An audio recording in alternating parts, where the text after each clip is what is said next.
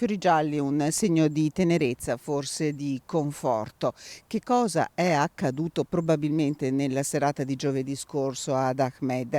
Indagini della procura e della polizia a 360 gradi. Si cerca di capire se Ahmed possa essere stato vittima anche di cyberbullismo. È dal telefonino di Ahmed Jouideh che gli inquirenti sperano di riuscire a trovare le risposte alle domande sulla sua morte. Un bravo ragazzo, continuano a ripetere la mamma e la sorella che non si danno pace. Un bravo ragazzo, confermano gli insegnanti del Bernardi e gli amici che sono stati sentiti dagli agenti della squadra mobile della questura.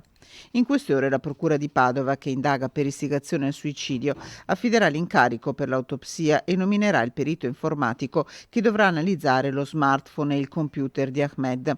Avrebbe passato del tempo davanti al PC anche prima di uscire dall'appartamento di Mortise giovedì sera. Ahmed, dopo il saluto a mamma Latifa e alla sorella, il quindicenne avrebbe mandato diversi messaggi vocali, uno alla sua ex ragazza.